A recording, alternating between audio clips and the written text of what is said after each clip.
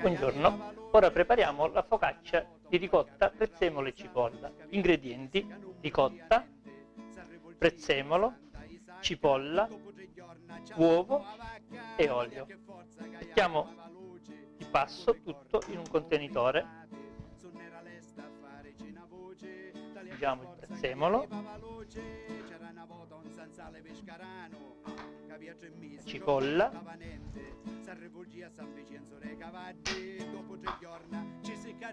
l'uovo, l'olio. Mescoliamo il tutto.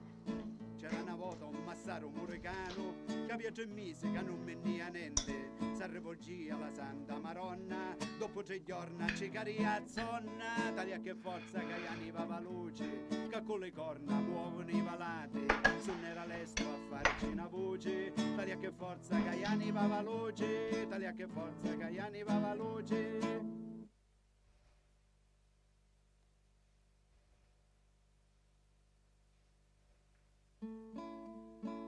Che forza che aniva la luce, che con le corna muovono valate, non era lesto a farci una voce, taglia che forza che aniva la luce.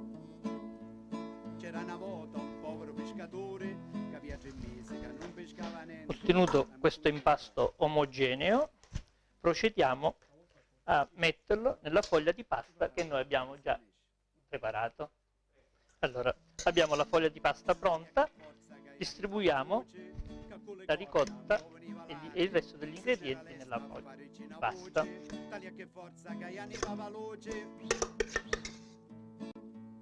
C'era una volta un povero pescatore che viaggia in mese che non pescava niente, si rivolgia allo santo patriarca, dopo 3 giorni affondò la barca, taglia che forza che aniva la luce, che con le corna muovono i valate, non era lesto a farci una voce, taglia che forza che aniva la luce. Tagliamo la pasta che rimane senza ricotta, iniziamo a girare, aggiungiamo un altro po' di olio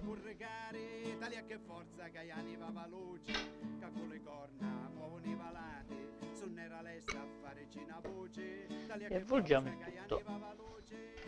C'era una volta un vaccaro di Rausa che viaggia in mese che non bugia niente, si rivolgia alla Santa Isacca, dopo 3 giorni la vacca, taglia che forza che aniva la luce, che con le corna muovono i malati, non era lesta a farci una voce, taglia che forza che aniva la luce. C'era una volta un zanzale pescarano che viaggia in mese che non contrattava niente, si rivolgia a San Vincenzo dei Cavalli, dopo 3 giorni È pronto per essere infornato.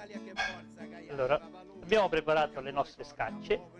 Prima di infornare passiamo dell'uovo crudo di sopra. Questa è la focaccia di ricotta, prezzemolo e cipolla.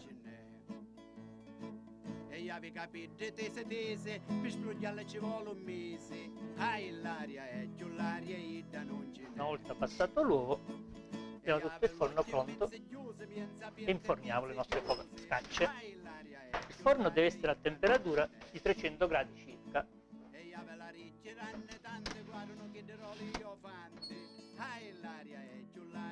Allora, abbiamo messo in forno le nostre scacce di ricotta, prezzemolo e cipolla, controlliamo dopo una trentina di minuti la cottura, vediamo se sono pronti. Ok, allora il piatto è pronto per essere servito. Buon appetito!